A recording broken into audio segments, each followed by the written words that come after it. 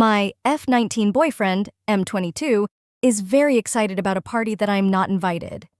Things took a turn. We have been together for about 1 year, and he is amazing. We have had arguments here and there, but nothing too serious except this one. Last week he got invited to a college party and I wasn't, to which I don't really mind. The problem is he was invited by one of the sorority girls who has made it clear that she has a crush on him on her socials. He plays football. She even has a highlight on her Instagram tagged "My Crush" with his pictures. My boyfriend told me there is nothing to worry about because he is only interested in me. He said she is delusional to think that there could be something between them. The party is on Friday, and he has been very excited about it. He already prepared when he was going to wear yesterday, Tuesday. He bought new LV shoes and designer clothes. Normally he doesn't care. He is always showing me the party group chat, telling me how amazing everything is planned out. As he was showing me, he got an Insta message from the sorority girl saying, "We should try it then." He swivelty swiped it away and acted like it was nothing. When I asked him, he said she wants to learn how to throw a football. All right? I also overheard him talking with his best friend, EM, about how amazing it's going to be. Honestly, I feel like this excited him more than our anniversary and it's hurting me. I asked him if I can join him, and he told me it's an invite-only party. So I can't come with him. I need advice on what to do because I feel so overwhelmed, and I'm probably not thinking straight at the moment. What should I do? Update. Hey everyone, thank you all for opening my eyes. I didn't want to think the worst about my ex-boyfriend, but y'all were right.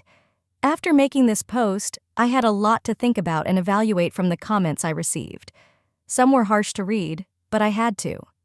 I spent the next few hours crying alone in my apartment. For a very long time, I have avoided the idea of snooping through his phone, but on Thursday night, I did, and found very disturbing things. I went through his messages and took relevant screenshots of him talking to his sorority friend. But what I did not expect to find was the things I saw on his Discord. That's why I could not make an update earlier. He mentioned that I am his girlfriend to her and said he would leave me if she was up for it. He sent her flowers every Monday of the week since they started talking. Guess what? He has only bought me flowers twice in about a year.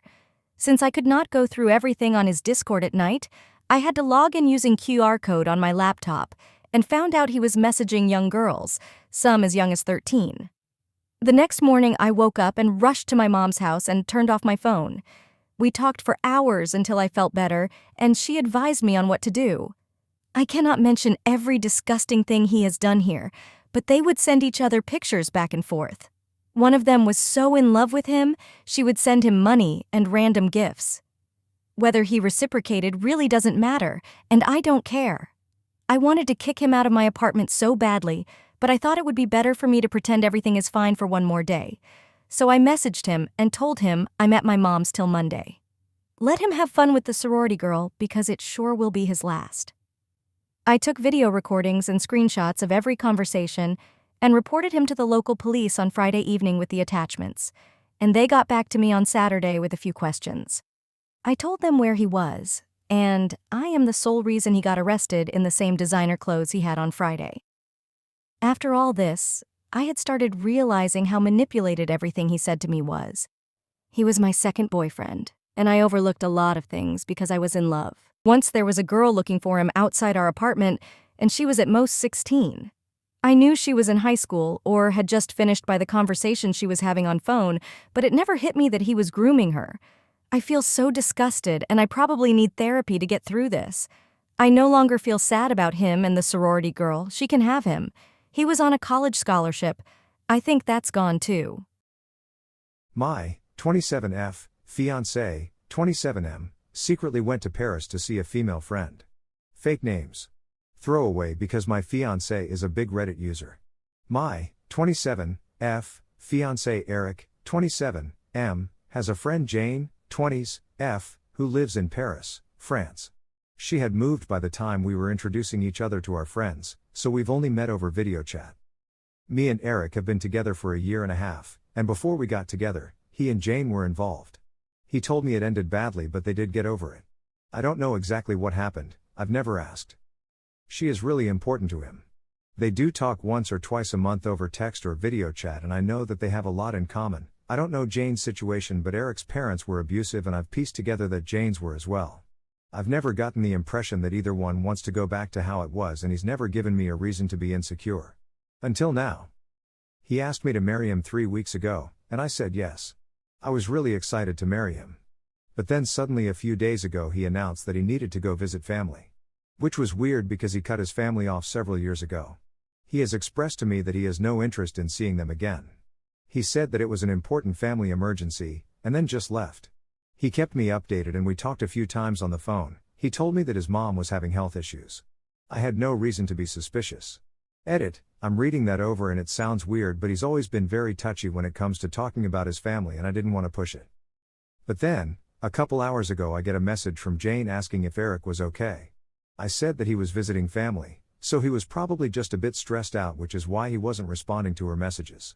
She then informed me that he is in Paris, with her, and snuck a photo of him in her apartment. I haven't replied to her yet. I'm freaking out. I have no idea what to do. He just got on a plane to fly for 12 hours to see her without telling me, presumably last minute. Why is he there? Do I talk to him? Has anyone else been in this kind of situation before? Update. Thank you for all the comments and advice. I read every single one, and I appreciate all of the advice. I'm sorry for the late update, but I am extremely tired and haven't really sat down in a week and a half. To just get to the point, I left him. A lot of people were concerned that he'd find the post, but I did change a lot of details. The main issue remains the same. Jane lives in a foreign country, at least 12 hours away, and he decided to go to her without telling me. I also did see some comments discussing the age gap between Eric and Jane. Jane is in her late 20s.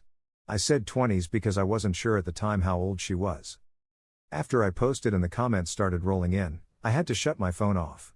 There were many people saying that Eric wanted to be with Jane, that he wasn't over her, and I started having a panic attack.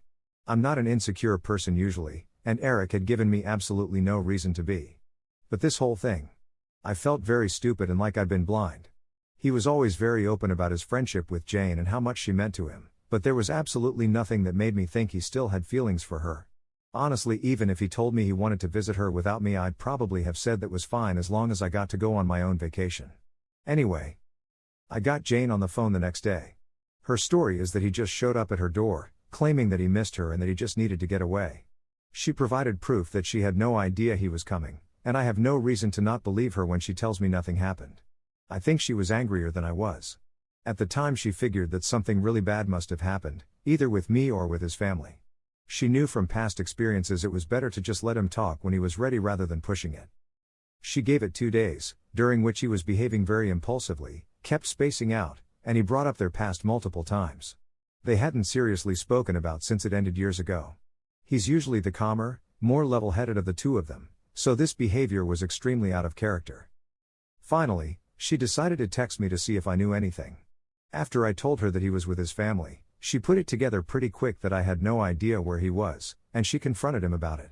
They got into a massive fight that lasted for hours, and she eventually told him to leave. She didn't really tell me what the fight was about, just that she yelled at him for not telling me, but after talking to him I've got a hunch. Me and Jane talked for a long time. Both of us were crying by the end of it. I think this whole thing opened up some wounds. She told me their history, a lot of which really surprised me. Like how they weren't even really boyfriend-girlfriend, and he's the one who ended it. He'd always given me the impression that it was a bad but ultimately mutual breakup. It was just a really toxic situation for both of them, and it took them a long time to get back to being actual friends after. Which brings me to my conversation with Eric. He showed up a few days after I talked with Jane. I had packed up and left to a friend's at that point. He came over to talk. My friend was in the place the whole time. We talked for a while. I asked him 100 questions and he answered 5 of them. He said he was sorry, that he can't provide an actual explanation for what he did because he doesn't understand why. I said that that wasn't good enough, and I needed him to tell me what happened. He said he couldn't, because I won't understand. I suggested couples therapy for us. He's been doing it individually since before I met him, but he said he didn't want to. He just wants to forget that it happened. The positive explanation I have is that he had some kind of freak out after we got engaged, or maybe something did happen with his parents and he couldn't talk to me about it.